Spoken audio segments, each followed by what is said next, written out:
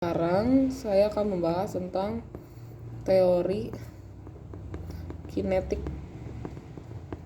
gas. Teori kinetik gas ini sendiri menjelaskan bahwa setiap zat terdiri dari atom maupun molekul. Kemudian atom dan juga molekul tersebut bergerak secara terus-menerus secara tidak beraturan. Teori kinetik gas adalah teori pertama yang menjelaskan tentang tekanan gas berdasarkan konsep tumbukan molekul, bukan berdasar pada gaya statik yang menyebabkan molekul menjauh satu sama lain. Di mana teori yang satu ini menjelaskan tentang bagaimana ukuran molekul dapat mempengaruhi kecepatan gerak molekul dalam suatu gas. Dan agar teori kinetik gas ini bisa menjelaskan alasan reaksi gas, maka kita membutuhkan beberapa asumsi ataupun postulat yang mendukung properti gas tersebut. Misalkan, yang pertama adalah gas akan tersusun dari banyak partikel kecil. Yang kedua, jumlah molekul yang sangat banyak tersebut menjadikan perakuan statistik dapat diterapkan. Kemudian, molekul akan bergerak dengan acak dan konstan, di mana partikel tersebut bergerak secara cepat, konstan, dan acak sehingga nantinya akan saling bertabrakan dengan dinding. Dan yang keempat, ada tumbukan partikel terhadap dinding ini bersifat denting sempurna. Dan kemudian, ada interaksi molekul dapat tidak dianggap. Dan juga volume molekul gas ini bisa diabaikan bila dibandingkan dengan volume wadahnya. Kemudian, suhu dari sistem ini merupakan salah satu yang menyebabkan pengaruh energi kinestetik partikel gas. Kemudian ada efek-efek mekanika kuantum bisa diabaikan. Kemudian, berbagai efek relativistik bisa diabaikan.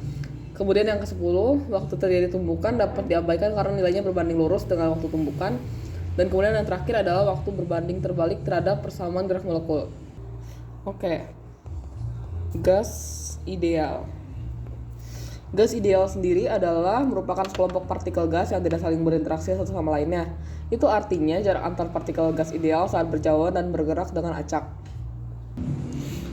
Oke, di ruang tertutup, keadaan sebuah gas ideal akan dipengaruhi oleh tekanan, suhu, volume, dan juga jumlah molekul gas. Ternyata terdapat beberapa hukum yang menjelaskan mengenai keterkaitan antara keempat besaran tersebut, antara lain yang pertama adalah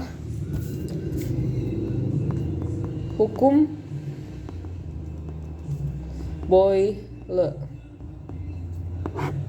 Yang pertama adalah hukum Boyle. Ini dicetuskan oleh seorang ilmuwan yang berasal dari Inggris, yakni Robert Boyle. Oke. Pernyataan hukum Boyle ini yaitu jika suhu suatu gas dijaga konstan, maka tekanan gas akan berbanding terbalik dengan volumenya. Istilah lainnya dapat dinyatakan sebagai hasil kali antara tekanan dan juga volume suatu gas pada suhu tertentu, yakni tetap atau isotermal. Secara matematis, berikut ini adalah rumus hukum Boyle. Jadi yang pertama, PV konstan, P1 V1 sama dengan P2 V2. Yang dimana P1 ini adalah tekanan gas pada keadaan 1 N per N2. Kemudian F1 ini adalah volume gas pada keadaan 1 M3. Dan P2 ini adalah tekanan gas pada keadaan 2, dan kemudian yang F2 ini adalah volume gas pada tekanan pada keadaan 2. Kemudian sekarang kita bahas yang hukum kedua, yaitu hukum Charles.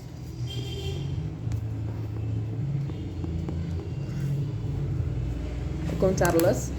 Jadi tadi kalau di atas itu hukum Boyle itu membahas mengenai pengaruh tekanan dan juga volume pada suhu tetap, maka kalau hukum Charles ini adalah hukum yang ditemukan oleh Jacques Charles. Ini menyatakan bahwa jika tekanan suatu gas dijaga konstan, maka volume gas akan sebanding suhu mutlaknya.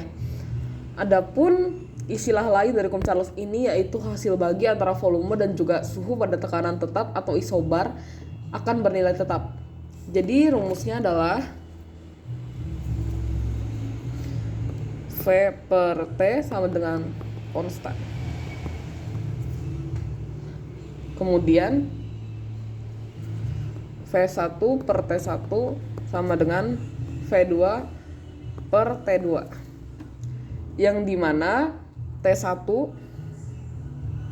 adalah suhu gas pada keadaan 1, kemudian F1 adalah volume gas pada keadaan 1, dan T2 adalah suhu gas pada keadaan 2, dan kemudian F2 adalah volume gas pada keadaan 2. Oke, sekarang kita akan membahas hukum yang ketiga, yaitu hukum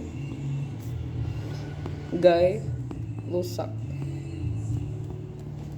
Ya, ini hukum Gay-Lussac ini ditemukan seorang ilmuwan kimia yang berasal dari Prancis, yakni Joseph Louis Gay-Lussac di tahun 1802. Oke. Dan kemudian ada pun pernyataan dari hukum Gay-Lussac ini, yaitu jika volume suatu gas dijaga konstan, tekanan gas akan sebanding dengan suhu mutlaknya. Itu artinya proses berlangsung dalam kondisi isokorik atau volume tetap. Jadi rumusnya adalah P per T sama dengan konstan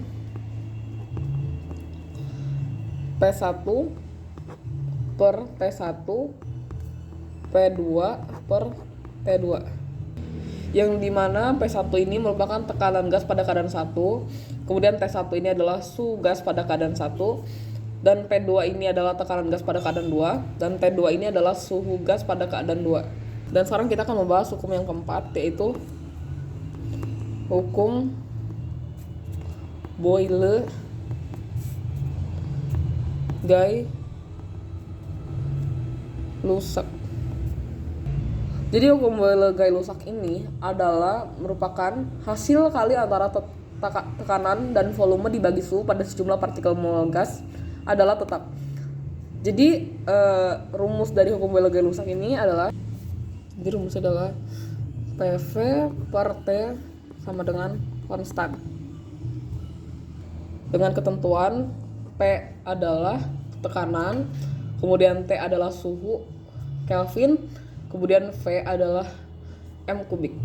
Jadi sekarang kita akan membahas rumus-rumus dari tekanan. Yang pertama, tekanan rumusnya adalah P sama dengan F per A. Kemudian yang kedua ada suhu dan energi kinetik, rumusnya adalah PV NKBT. Kemudian sekarang kita akan melanjut ke rumus energi kinetik gas ideal.